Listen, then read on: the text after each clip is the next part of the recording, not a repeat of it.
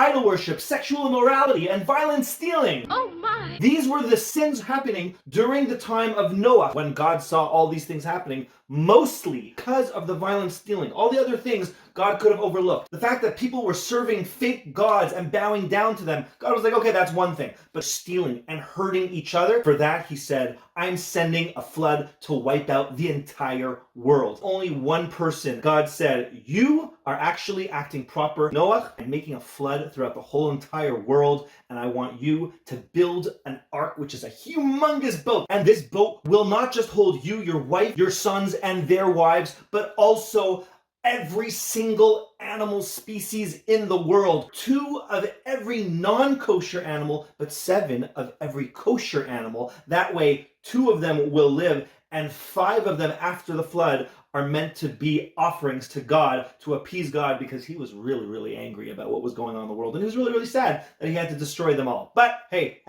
sometimes you gotta do what you gotta do. It took Noah over 50 years to build this ark so that people could see what Noah was doing, saying, what are you doing? And he can tell them, God told me there will be a flood destroying this whole world because of the ways that you are acting. And they can introspect and say, ooh, maybe we should change our ways. In fact, they did ask him, he did tell them that, and well, they laughed at him, causing them to deserve even more destruction. So flood time arrives, Noah enters the boat with his whole family. God stationed bears and lions And bears all around the entrance so that if people tried to attack Noah, it wouldn't work out for them. The rain fell down on the entire world for 40 days and 40 nights. Also, the ground had deep, deep springs called the Tehom that burst forth, so water came from there as well. So much so that all the mountains of the entire world were covered many, many, many feet higher. It took about a year for the waters to start going down. And when that happened, Noah sent out a bird to see if things were okay. The bird came back and said, I got nothing.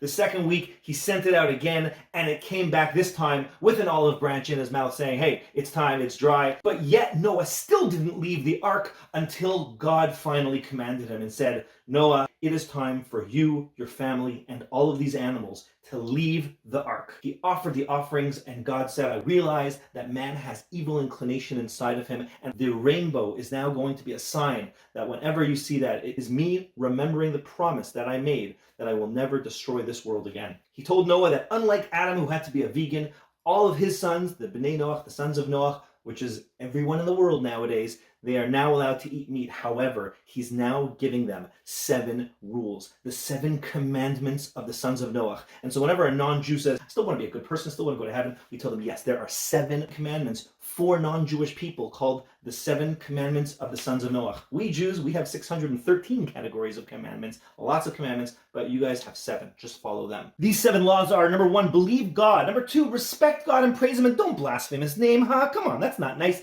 Also, do not murder. Do not commit immoral sexual acts. Come on, don't steal. Your society, wherever you live in, should have a judicial system of fairness. Courts pursue justice. And finally, respect all creatures. Do not eat the flesh of an animal that is still alive, because that's just gross. Speaking of gross, to continue the narrative, as soon as Noah started planting things, one of the first things he planted was a grapevine. Now, a lot of rabbis judge him for that, and they said, what are you doing? The first thing you do, you get out of the ark and then you start getting wasted so that you can just have a good time? I don't think so.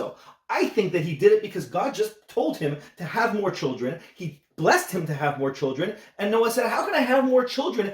At a time like this, I'm looking around and all I see is devastation. I need to get into a proper mood for that. So it makes sense that you want to alleviate yourself and get into that kind of mood. Maybe that's why he did it. Either way, he ended up not being sober, which is what happens when you drink. And one of his grandchildren, Canaan, saw him. Some say he wasn't dressed at all, thought it was hilarious. So he went over to his father, Noah's youngest son, Ham, or as the English translation calls him, Ham. He acted like a jealous pig, thinking to himself, what, my dad wants to have more kids? Adam had 2 kids at first and one killed the other one. And my dad has 3 and he wants to have more people inheriting the world? This is not cool. I'm not down with that. And so he caused his father to not be able to have any more children. Some say it was castration. Some say it was other things that I'm not going to get into. But hey, some kind of research project you can do. Then Hamas went over to his older brothers, Shem and Yefet, and said, you know what dad is trying to do? He's drunk and he's not wearing any clothes. It's hilarious. You got to check it out. And Shem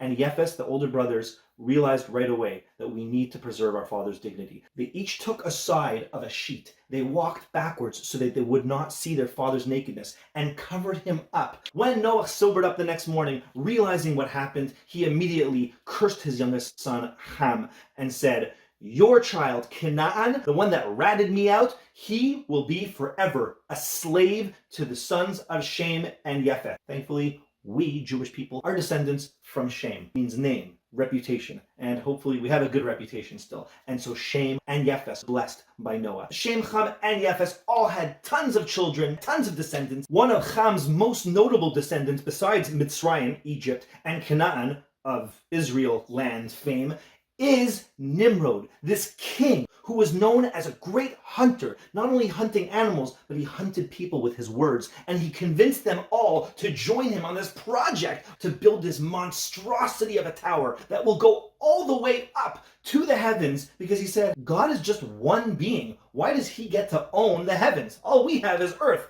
We deserve the heavens too. So let's get together and go to war with God. And if he tries to bring a flood, we'll be on high ground, so we'll be fine. When God saw what was going on, he said, let's go down and see what's going on, as a sign that if you're judging a case, even if you're as smart as God, which nobody is, you still have to consider the entire case and look to see what's going on. He went down and he saw that even though they were blasphemizing God and they were trying to go to war with him, he said, these guys are not like the flood people because they're working together. It's so nice. Harmony, unity, even though they're trying to fight me. But still, I'm not going to just totally destroy the world or even them. All he did was change their language. The whole earth at the time was speaking one language, Hebrew. And God said, I'm going to change their language, and they're going to have to use Babel translation. And as soon as he changed their language, messing them up, the guy would be like, hey, can I have a hammer? The guy passes him a nail, and he goes, what are you doing? And he takes the hammer and he smashes the guy on the head. Apparently they didn't have such good anger management at the time, and they were destroyed via the fact that what they had here was a failure to communicate. But Nimrod the hunter wasn't finished. You see, Shem had a son who had a son who had a son who had a son, took Terach, Shem's 9th descendant, and said, I want you to be in charge of my royal idol worshipping store. So Terach's like, awesome, I get to work for the king. But Terach's son, Abram, was trying to figure out all these idols, but who's really in charge? And he came to his own conclusion. On his own, he realized there must be just one creator and ruler of this entire universe. That should be the only one that we speak to, not all these other intermediaries or fake gods. And here I am working in my father's idol store. And people would come into the idol store and they would ask customer service, hey, can you help me with one? And he goes, why? They're all junk. They can't do anything. So when Terah was out of town one day, Abram had a great plan. He took a hammer, he smashed every idol in the store, except for the biggest idol, took the hammer, put it in the big idol's hands, and when Terach walked into his store and said, what happened? And Abram said, oh man, they all started fighting about who was bigger and who was better, but that big one won. He beat them all up. And Terach's like, what are you talking about? They can't speak, they can't move, they can't fight. And Abram said, exactly, so why do you believe in all these? He goes, I don't believe in them, I just make, okay, you know what? I'm taking you to King Nimrod and I'm telling on you. He took him to King Nimrod and says, look what my son did. He goes, yeah, you're right. You know what we should do? We should put him in a fiery furnace. And Terach's like, well, I didn't really, I mean, he's my son and everything. So Nimrod said, you're right, let's give him a chance. Do you renounce what you did? And he says, no, I don't believe in any of these idols. I believe in God only. They said, okay, put him in a fiery furnace. And they put him in a fiery furnace. And while he was deep inside that furnace, Nimrod asked Avram's other two brothers, Nahor and Haran, where do you guys stand on this issue? Nahor's like, I'm with you, I'm good. And Haran's like, I don't know, let me see how this all turns out. I can't really figure it out. And when they lifted Abram from that furnace, and Abram's like, do you have any suntan lotion? It's kind of warm in there. Whoa, he survived the furnace. It was a huge miracle. And they said, Haran, who are you with now? He goes, I'm with Abram. They said, okay, well, then you're going to the fiery furnace next. He goes, hey, no problem. And then they pulled him out and he was burnt to a crisp. You don't say, I'm with Abram. You say, I'm with the God of Abram. And unfortunately, Haran died in front of his father, leaving just Nahor and Abram. And next week, we'll find out the reward and the amazingness and the story of what happened to